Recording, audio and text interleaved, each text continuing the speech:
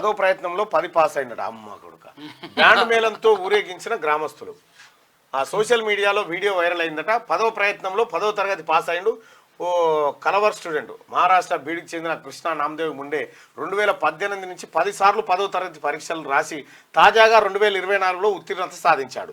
నేటి యువత ఒక్కసారి పరీక్షలో ఫెయిల్ అయితే ఆత్మహత్య చేసుకుంటున్నారన్న కృష్ణ నామదేవ్ ముండే మాత్రం ప్రతిసారి ఫెయిల్ అవుతున్న పట్టు వదలని విక్రమార్కుల్లా పోరాడుతూనే వచ్చారు. ఆఖరికి తన పోరాటంలో విజయం సాధించాడు.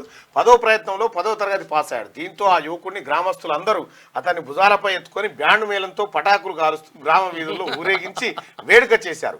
దీనికి సంబంధించిన వీడియో ప్రస్తుతం సోషల్ మీడియాలో వైరల్గా మారింది. ఈ వీడియో చూసిన నెటిజన్లు ఆ గుండె గట్టిది, ఆ గుండె బతకాలరా అనే టైప్లో కామెంట్లు పెడతా ఉన్నారట.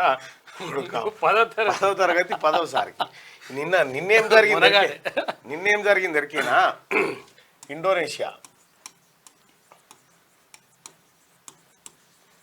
ఇండోనేషియాలో పెళ్ళి అయింది.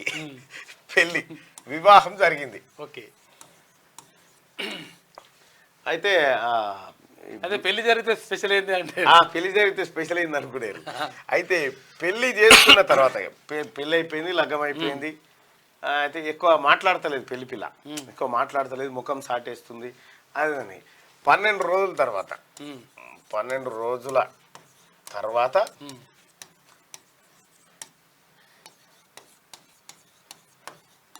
పెళ్లి పిల్ల కాదు పిల్లగాడ తేలిది.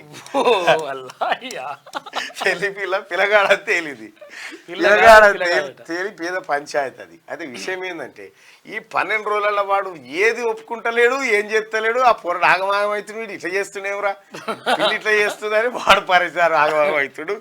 12 రోజుల తర్వాత పిల్ల కాదు పిల్లగాడ తేలిద్దట. ఎందుకురా ఇట్లా ఈ పని చేసినామంటే పిల్లగాని ఆస్తి మీద కన్నేసి ఈ పని చేసిరట. పిల్లగాని ఆస్తులు కొట్టేయడానికి. అయితే పోలీసు వాళ్ళకి చెప్తే పోలీసు వాళ్ళు అరెస్ట్ చేసిరా. అదంతా వేరే కథ. కానీ ఇగో పెళ్లి అయిపోయి మగంతో పెళ్లి అయిపోయేది వారికి. పాపం వారి గోస వర్ణాతీతం. ఇండోనేషియాలో అయింది ఇది. ఆశలన్నీ అడియాశలు అయిపోయాయి.